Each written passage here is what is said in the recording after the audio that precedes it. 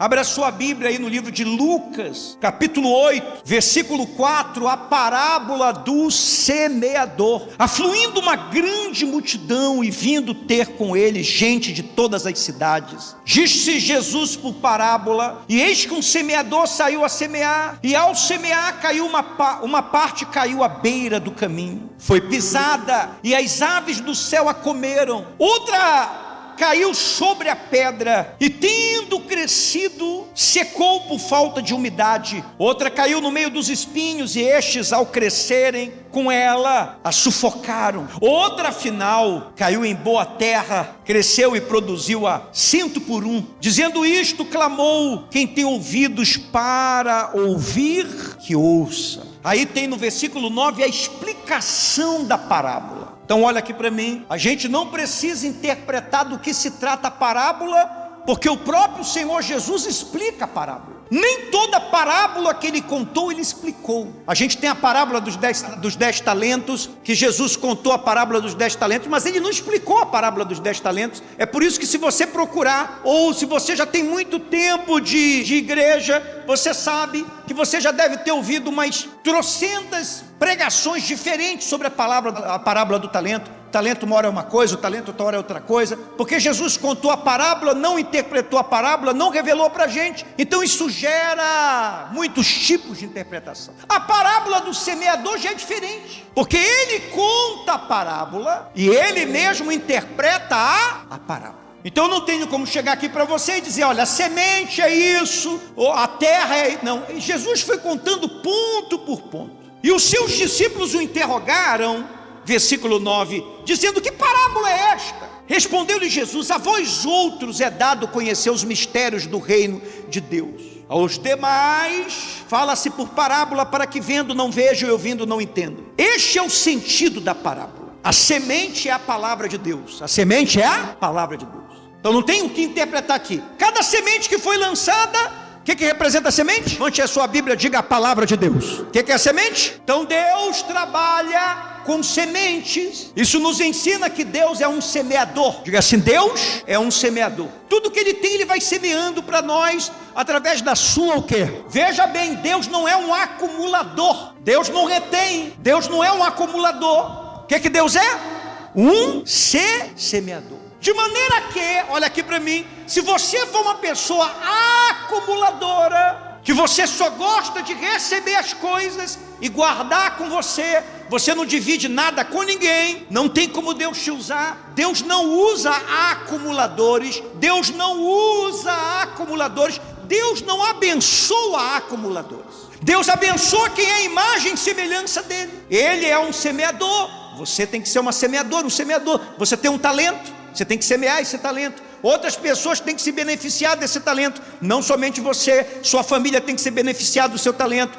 Os seus amigos têm que se beneficiar do seu talento. A sociedade tem que se beneficiar do seu talento. A sua igreja tem que se beneficiar do seu talento. Você tem alguns dons, Deus te deu alguns dons. Então você não pode acumular os dons com você, você não pode guardar os dons com você. Outras pessoas têm que se beneficiar dos seus dons, sua família, seu amigo, seus amigos, seu trabalho, sua igreja. Amém? Você tem recursos financeiros. Deus não prospera ninguém para que ela fique próspera sozinha. Quando você prospera, outras pessoas têm que prosperar com você. Se você prospera, a tua família tem que prosperar junto com você. Você não pode ser um acumulador de prosperidade.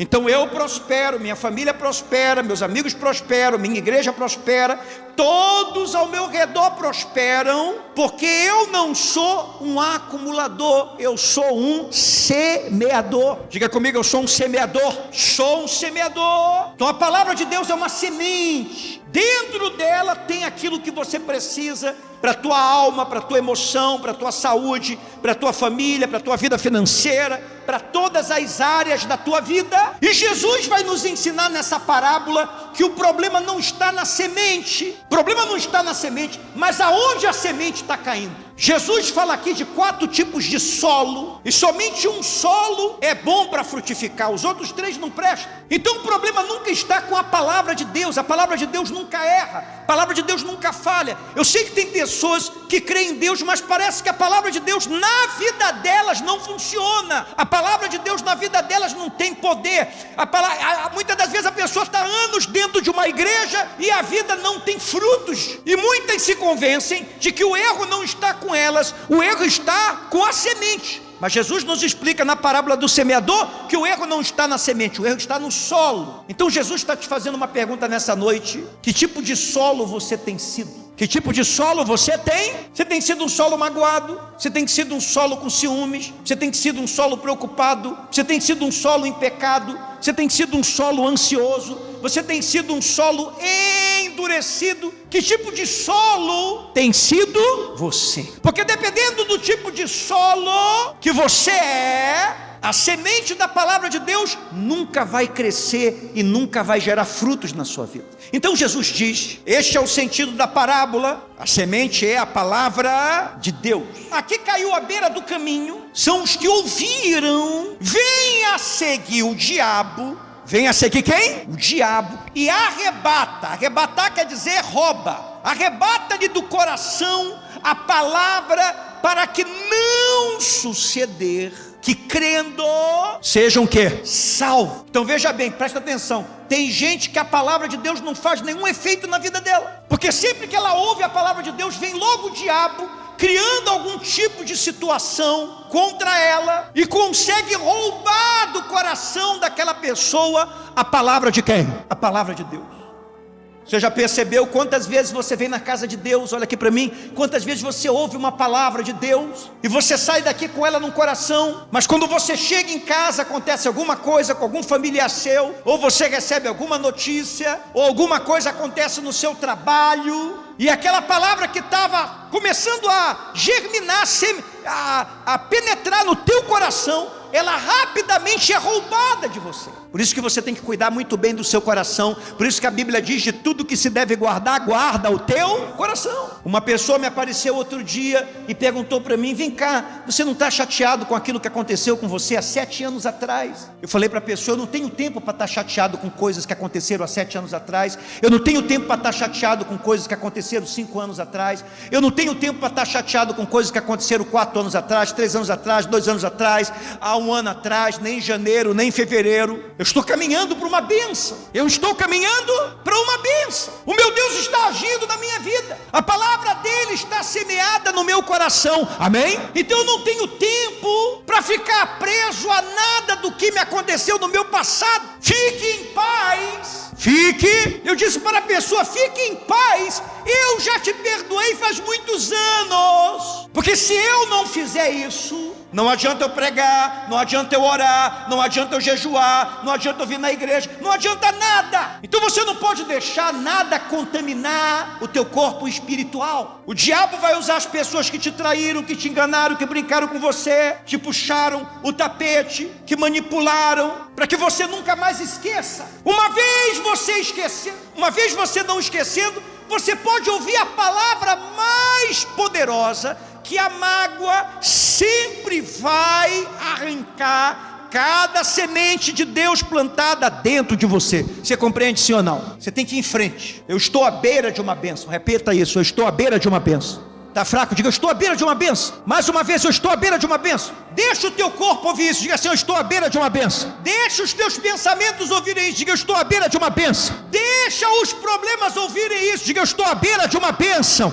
Deixa o inferno ouvir isso. Diga: eu estou à beira de uma bênção. Amém? Você tem que falar. Você tem que profetizar várias vezes. Seu corpo tem que ouvir, sua alma tem que ouvir, seu espírito tem que ouvir, seus problemas tem que ouvir, seu coração tem que ouvir, teu inimigo tem que ouvir. Não seja aquela pessoa que o diabo arranca de você a palavra de Deus com uma facilidade tremenda. Depois Jesus diz: aqui caiu sobre a pedra são os que, ouvindo a palavra, a receberam com alegria. Sentimento. Tem gente que recebe a palavra com alegria. Tem gente que chora quando ouve a palavra de Deus. Tem gente que se derrama em lágrimas quando vem na igreja. Quando é feito um apelo no altar, ela vai lá, entrega a vida dela. Ou quando ela recebe algum chamado, algum trabalho na igreja, ela fica super feliz, super emocionada. Mas Jesus diz aqui, caiu sobre a pedra, são os que ouvindo a palavra, a receberam com alegria. Estes não têm raiz. Então Jesus está dizendo, tem gente que ouve a palavra e recebe com alegria. Ao mesmo tempo que a pessoa recebe com alegria, ela não tem raiz. Se não tem raiz, você não vai permanecer muito tempo.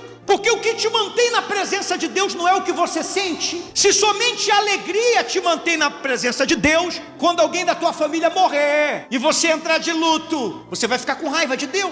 Quantas pessoas questionaram Deus? Quantas pessoas questionaram a sua fé quando perderam um ente querido? Porque quando a gente perde alguém, a gente entra de luta, a gente fica triste. O que vai fazer você permanecer? A tua alegria ou as tuas raízes em Cristo, sobre a palavra de Deus, sobre o Evangelho? Se as coisas vão bem, se o teu relacionamento vai bem, se a tua vida financeira vai bem, se todas as portas estão abertas, se tudo está dando certo, você está alegre, você tem testemunho para contar. Só que se as portas começarem a se fechar e aquele relacionamento que estava dando certo terminou e as coisas boas parecem que evaporaram da tua vida e você começa a enfrentar um deserto, não tem como se ter alegria no deserto. A Bíblia não diz que Jesus estava feliz no deserto. A Bíblia fala que ele estava o quê? Com fome. O que é que ele estava? Jesus não foi lá no Getsemane e disse, a minha alma está profundamente feliz por causa da minha morte na cruz, estou dando saltos de alegria aqui dentro. Foi isso que Jesus disse? A minha alma está profundamente triste. Não adianta ter alegria e não ter raízes. Nós vamos enfrentar tempestades. Quando uma árvore enfrenta a tempestade,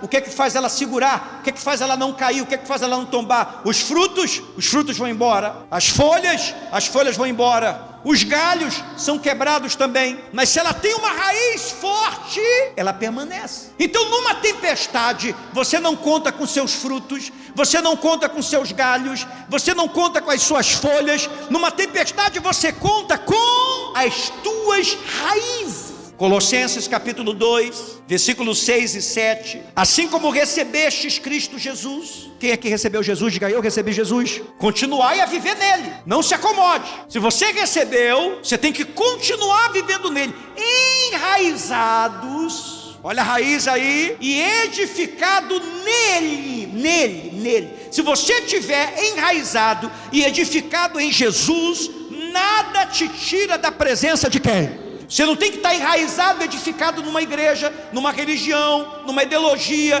numa filosofia, num pastor, num profeta, num bispo, num padre. Tudo isso, quando vier alguma prova, vai arrancar você. Você tem raiz sobre o nada. Enraizados e edificados nele, firmados na fé, transbordando de gratidão. Amém? Efésios capítulo 3, versículo 17. Para que Cristo habite pela fé em vosso coração, estando enraizados e fundados em amor. Jesus diz aqui, caiu sobre a pedra, são os que ouvindo a palavra, receberam com alegria. Hoje a igreja está trabalhando mais com sentimento do que com a raiz da palavra de Deus. Muita gente vem na igreja para se emocionar. O altar foi tirado e agora nós temos um palco, luzes, cores, fumaça, dança. Isso faz bem. Você quer voltar num lugar que você se sente o quê? Que você se sente bem. Só que se você for um cristão, no mundo tereis, Jesus disse, no mundo tereis aflições. E quando você está passando por uma prova muito grande, você pode estar no melhor lugar que for, com o melhor visual, com as melhores músicas, com as melhores cores, ouvindo as melhores palavras de motivação, nada, se o Espírito Santo não te sustentar, se você não estiver enraizado em Jesus, nada vai te sustentar. Vai ter um momento na nossa vida que nada vai fazer sentido. O único sentido é a gente ouvir dentro de nós o Espírito testificando que Jesus é conosco. Tem alegria, mas não tem raiz. Jesus diz, creem apenas por algum tempo. Quem tem alegria e não tem raiz tem prazo de validade. Jesus crê, eles creem apenas por algum tempo. E na hora da provação, olha o que Jesus está dizendo, e na hora da provação se desviam. Por que eles se desviam na hora da provação? Porque sentimento não vai sustentar você. As raízes vão sustentar você. Amém? Tenha raízes. Você pode ter perdido os frutos, você pode ter perdido a sua beleza por causa de alguma doença, você pode ter perdido o seu nome por causa de algumas dívidas, você pode estar decepcionado com alguém por causa de algum outro problema, mas você vai se manter na presença de Deus por causa das tuas. Versículo 14, aqui caiu entre espinhos. Jesus aqui não fala que esse solo aqui não é bom. Havia o solo, havia a semente, mas também havia os espinhos. Cuidado com as tuas companhias, porque o ambiente pode sufocar aquilo que Deus está plantando dentro do teu coração. Aqui caiu entre os espinhos, são os que ouviram, e no decorrer do dia foram sufocados. Foram sufocados por quê? Pelos espinhos. Cuidado com os seus ambientes. Aí Jesus fala aqui da trindade do inferno. Aqui caiu entre os espinhos, são os que ouviram, no decorrer do dia foram sufocados com cuidados. Cuidados aqui é preocupação. Cuidado quer dizer você está preocupado com algo. Jesus fala aqui da trindade do inferno. Cuidado, preocupação, riquezas e deleites da vida, prazeres da vida. Os seus frutos não chegaram, deram frutos, mas não chegaram a amadurecer. Então 3 coisas que sufocam, olha aqui para mim, 3 coisas que sufocam a semente da palavra de Deus no teu coração. Primeiro, preocupação. A preocupação é uma fé do inferno. A preocupação é uma fé ao contrário.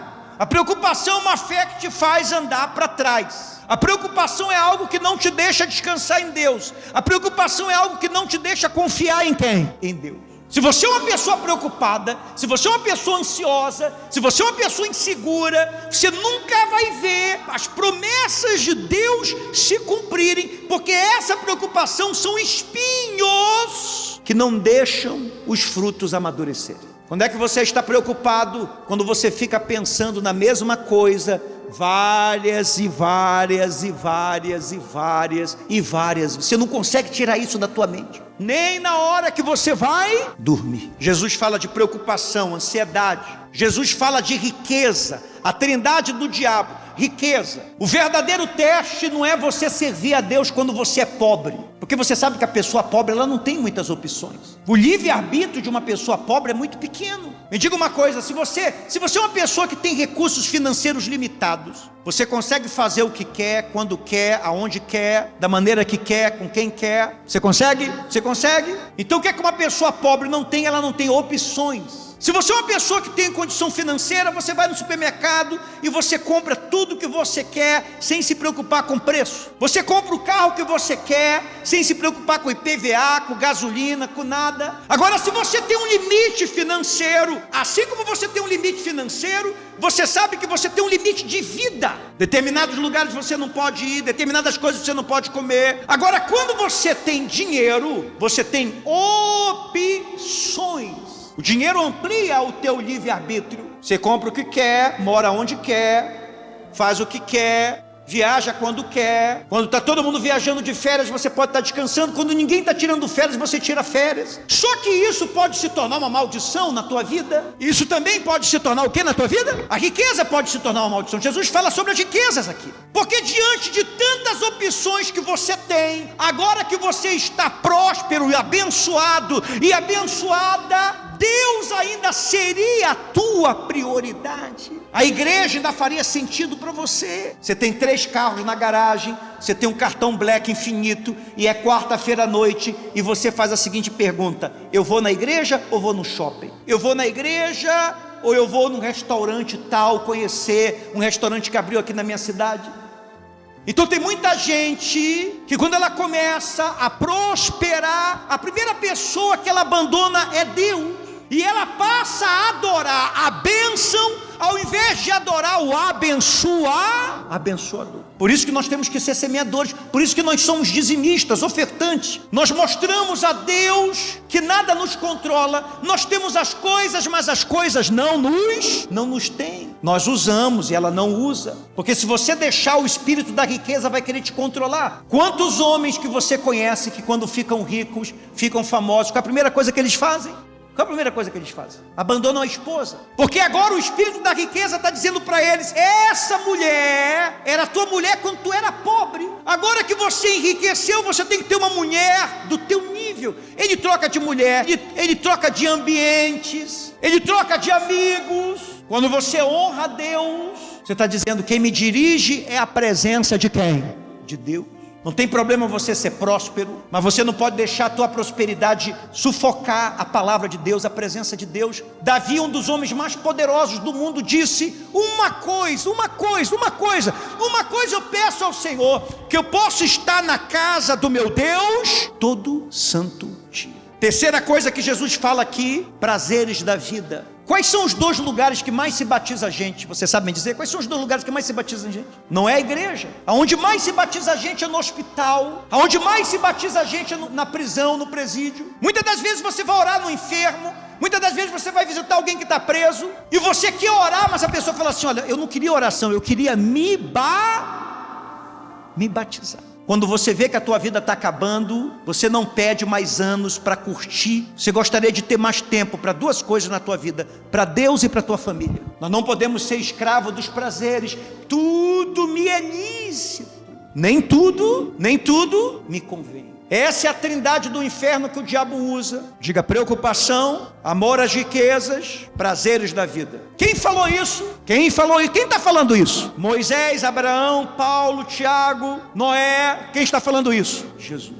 Quem interpretou a parábola? Ele mesmo. A que caiu na boa terra são os que, tendo ouvido de bom e reto coração. O coração tem que estar bom, tem que estar purificado, tem que estar lavado no sangue de Jesus, tem que estar reto diante do Senhor, amém? Retém a palavra, não somente ouve a palavra, guarda a palavra.